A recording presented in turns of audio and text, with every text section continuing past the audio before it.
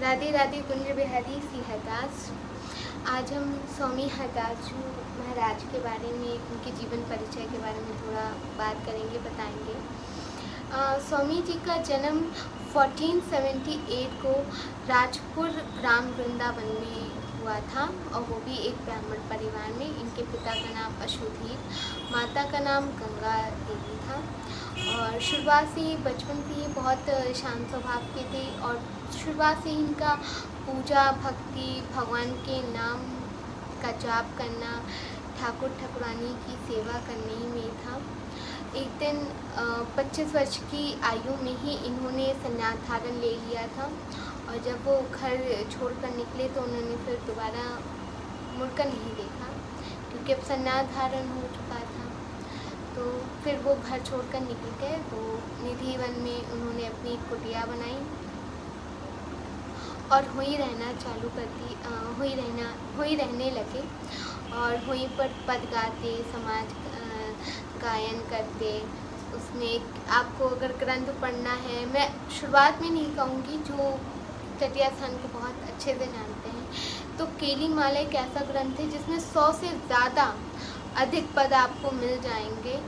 उसमें आपको समाधि स्थिति में जाने वाले पद हैं, होली के पद, दिवाली के पद, ऐसे अन्य राधाष्टमी और भी कई जो उत्सव होते हैं ठाकुर प्रिय प्रीतम के, उस उत्सव के समाज के पद मिल जाएंगे, अलग अलग स्थिति के पद मिल जाएंगे।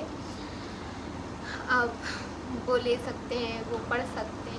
बहुत ही आनंद वाले पद होते हैं, जिसे आपको पढ़ के ऐसा लगेगा आप वाकई में समाधि स्थिति, और मतलब आपको इस संसार से एकदम लगेगा वैराग्य धारण हुआ जा रहा है, आपको ऐसा फील आएगा। जब एक दिन स्वामी जी पद गा रहे थे आनंद में, तो उन्होंने ऐसा राग गाया कि प्रिय प्रीतम भी प्रसन्न होकर ठाकुर जी प्रिय प्रीतम प्रकट हो गए, और स्वामी जी के बैठकर भजन गाने ले रहे हैं, स्वामी जी भी ले रहे हैं, दोनों को देख रहे हैं, रोते जा रहे हैं, और समाज पद अपना गायन करे जा रहे हैं। जब वो प्रिय प्रीतम ऐसे ही खड़े तो कहने लगे, प्रभु बहुत तेज, ये तेज हर कोई नहीं देख पाएगा, आप लोग अलग कहाँ हैं, आप लोग एक में ही समाहित हो जाइए। तो जिन बिहारी जी को आप सब दर्शन करने जाते हैं, ठाकुर बाके बिहारी लाल की जय बोलते हैं, कुंज बिहारी सी हरदास, ये श्लोक हमारे तटीय स्थान और सब बाके बिहारी में बोला जाता है। ये हमारे 2 स्थानों का है, हमारे स्थान में ही बोला जाता है, और सिर्फ बिहारी जी में बोला जाता है। जिन बिहारी जी के आप सब दर्शन करने जाते हैं, उन्हें स्वयं श्री स्वामी हरदास जी महाराज जी ने प्रकट किया था हम सबके। और क्योंकि बहुत लोग शायद ठाकुर जी को ऐसे ही देखाते कि अरे ऐसी बिहारी जी हैं, मूर्ति हैं, चलो दर्शन नहीं, हमारे ठाकुर ठाकुराइन जागरूक रूप में हैं। मैंने आपको बताया था कि बाके बिहारी का जो सेवा होती है, उनका आधा श्रृंगार ठाकुर जी का और आधा प्रिय प्रीतम का होता है। पर जब वो श्रृंगार उतरता है, उनके कपड़े वस्त्र उतारे जाते हैं, तो उनका जो अंदर कैसे कहूँ, जो अंग वस्त्र होते हैं वो पूरा पसीने से भीगा रहता है, आप समझ सकते हैं।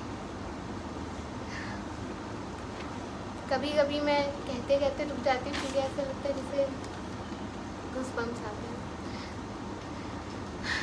पसीने का मतलब आप समझ सकते हैं कि जो ठाकुर जी प्रिय प्रीतम की जो छवि वो जागरूक है, और वही पसीना उनका निकलता है, और उससे पूरा उनके अंग वस्त्र भीगे हुए होते हैं।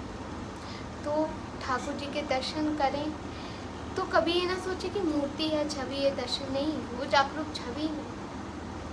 वो आप उनको देखते तो वो आपको भी देखते हैं। और सच कहूँ तो कभी उससे कुछ मत मांगिए, क्योंकि जिसने आपको जन्म दिया है, जो आपको इस मनुष्य रूप में, जिसने आपको आने के लिए, आपको सौभाग्य है कि आप मनुष्य रूप में पैदा हुए हैं, जिसने आपको मनुष्य रूप दिया है, वो कैसे नहीं जानता होगा कि आपके लिए क्या सही है और क्या नहीं, वो सब जानता है। और रहा समय अच्छे या बुरे का, तो ये बता दूँ कि ज़िंदगी है, मनुष्य जीवन दिया है, सुख और दुख दो पहलू हैं। ऐसा नहीं है कि समय अच्छा है तो ख़राब नहीं होगा, ख़राब है तो अच्छा नहीं होगा। पर ठाकुर जी के कभी भी ठाकुर जी ठकुरानी का साथ कभी मत छोड़ो। उनका वहाँ और दरबार दोनों पकड़े रहिएगा। वो माता पिता हैं, वो भी जानते हैं कि उनके बच्चे के लिए क्या अच्छा हो। और बाकी बस ऐसे ही उनका जीवन चलता रहा। और जो उनके शिष्य हुए, बैजू बावरा, तानसेन, रामतनु पांडे। तानसेन का असली नाम रामतनु पांडे था, क्योंकि स्वामी हरदास जो पहले परंपराएं जो चलती थी, तो वो उनके जो शिष्य बने वो भी ब्राह्मण बने। और एक और थे, मुझे उनका नाम नहीं याद आ रहा, पर मैं आपको बताऊंगी। उनके 3 शिष्य थे, बैजू बावरा और जैसे रामतनु पांडे, जो अकबर के दरबार में गाते थे। जब अकबर स्वामी जी के दर्शन करने आए थे, तो वो स्वामी जी के दर्शन ऐसे, क्योंकि उन्होंने कहा नहीं प्रभु, राजा के भेष में ही ना चलिएगा स्वामी जी के पास। तो जब वो गए तो स्वामी जी के दर्शन किए। उन्होंने तानसेन अपना गा रहे थे, कुछ पद सुनाए उन्हें। और जब अकबर जी से कहा कि तुम भी गाओ, उन्हें पता नहीं था कि वो राजा थे, तो उन्होंने कुछ अशुद्ध गा दिया अकबर ने। तो फिर स्वामी जी ने उन्हें शुद्ध करके उसी पद को फिर गाया, और अकबर समझ गए। उनके गायन को सुन के फिर वो समझ गया कि हाँ ये संत। जब वो कुछ उपहार या तोहफे उन्होंने बताया कि मैं राजा हूँ, मैं आपको देना चाहता हूँ कि मैं दूँ, तो स्वामी जी ने कहा मुझे तो कोई ज़रूरत नहीं, मैं तो सन्यासी। क्योंकि अकबर का था ना कि मतलब मैं तो अकबर हूँ, मतलब मुझसे नहीं ले रहे हैं और नहीं कहते नहीं कुछ तो प्रभु बताइए हम क्या सेवा करें। तो स्वामी जी ने उनका घमंड तोड़ने के लिए चीज़ कही। कहते यमुना के किनारे ना थोड़ा सा जो यमुना जी के जो घाट होते थोड़ा सा टूट गया है, जाके बनवा दो। तो राजा तो सोचने लगे कि अकबर सोचने लगा कि ये तो बहुत छोटी सी बात है, मैं भी जाके बनवा दूंगा। राजा गए यमुना जी तानसेन के साथ। तो तानसेन को तो कुछ नहीं लगा, क्योंकि तानसेन जी तो जानते थे अपने गुरु जी को। तो अकबर ने देखा कि यमुना घाट में ऐसी मढ़ी लगी कि उसने देखा कि ये मढ़ी लगी है, ये मढ़ी तो मैं अपना पूरा खजाना भी अगर बेच दूं तो ये मढ़ी तो मैं ला ही नहीं सकता हूँ, ये बहुत एक्सपेंसिव है। जैसे ही उन्होंने घाट में देखा तो उन्हें लगा सब सोने चांदी, क्योंकि स्वामी जी का चमत्कार था, उनका घमंड तोड़ना था